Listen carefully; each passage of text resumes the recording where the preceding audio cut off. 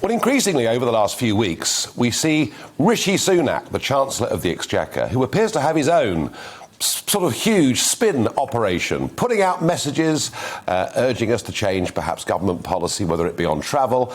And now it's go back to work. Now, remember this time last year, the government said go back to work, but of course we had another wave and that was all dropped. But what Rishi Sunak said today, I thought was really interesting. It was young people especially need to get back to the office, need to get back to the workplace, need to work as part of teams. And by doing that, they will form friendships and associations that will last them right throughout their working and perhaps personal lives too. And I guess what he was really saying was, in life, it's not what you know, it's who you know, which I have to say, in many walks of life, I found to be true. So I find myself broadly sympathetic with what the Chancellor is saying, but I get the feeling that quite a lot of the corporate world is still being very, very cautious about this. Well, joining me to discuss this is Dr. Roger Barker, Director of Policy at the Institute of Directors. Roger, good evening. Good evening, Nigel. It made perfect sense to me what Rishi said. You know, I can think when I was first working in the commodity business of people that I've met again through my business life and political life and really valuable friendships that I've made. And somehow, to me, on a Zoom call, you know, not only can you not quite form that rapport, but you also don't get the social side that does go with business. But I get the feeling amongst your members, and you are pretty representative, you know, of British business, I get the feeling there's a fair bit of caution there, isn't there? Well, yes. I mean, I also sympathise, Nigel. I think, you know, thinking about my own career, it was incredibly important to have those mentors, to have that personal interaction. But I think it's important that government leaves it to business to decide how to get back into the office. You know, each business will be different. They will have different people, in different circumstances, different types of work. And it's fine, I suppose, for the Chancellor to opine on this type of issue, but for the government to be saying, you know, you've got to get these people back into work. It worked for me, so therefore it's going to work for you and you have to do it. There, I think we have to be a bit careful. So you don't want to be dictated to, and I understand that. But I repeat the point that a lot of your members are being very cautious. Indeed, I'm seeing, you know, surveys of your own members saying they're going to encourage working at home for a certain percentage. Perhaps people will come to the office 3 or 4 days a week. You'll cut back on office space. I mean, is this the new normal? I think it is for the time being, and I think we shouldn't underestimate how radical a change this is. I mean, we're actually saying we're going to a completely new mode of work, this hybrid way of working, which we've never had before. You know, it's unprecedented. We wouldn't have thought of it happening before the pandemic.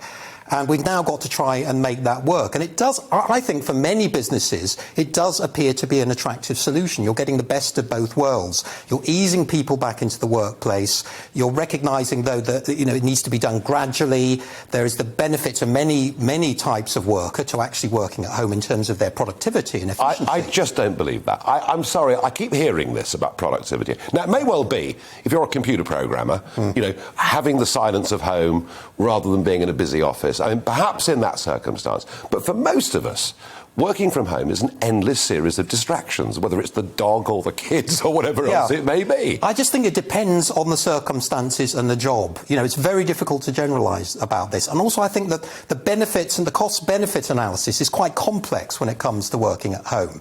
I mean, certainly in terms of being able to communicate with people around the world, to have more meetings, to actually work for significant periods of time, that's actually possible when you're working at home.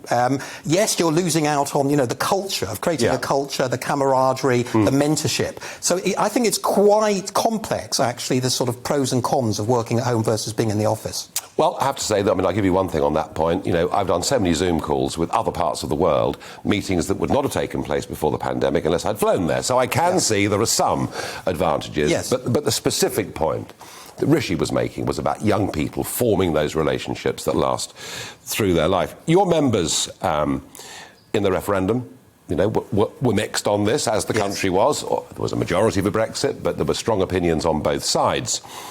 And in some ways, the impact of Brexit, be it good or bad, has been somewhat masked by all that's happened during the pandemic. How do you feel now about the state of British business looking ahead?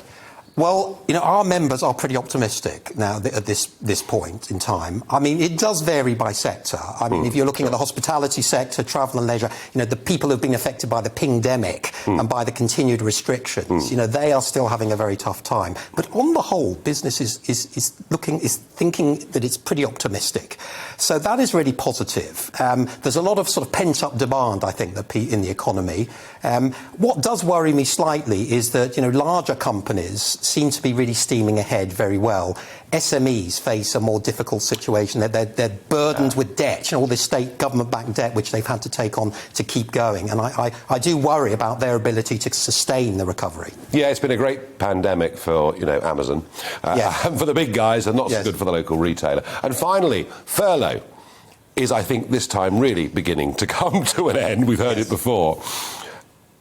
How many of those 1.9 million people that are still on furlough, how many of them do you think are going to finish up being unemployed? I think that some of them may do, but you could also argue that those who are going to be made unemployed probably would have been made unemployed by now. That the employer already has to pay now 20% actually of the costs of furlough. So they probably would have made that decision. But I do think, furlough's been an amazing thing throughout this pandemic. And to be honest, it's the single policy measure that really has done the most to save British business. But, it is a temporary thing. And it's right now that it's coming to an end. It's very expensive. And we probably now need to allow those people on furlough to come out into the labour market and start to move towards the new jobs, the jobs of the future. Yeah. Welcome to the GB News YouTube channel. You can watch us live 24 hours a day, catch up on your favourite shows and join in the conversation in the comments below. Don't forget to subscribe and you'll never miss any of our exclusive content.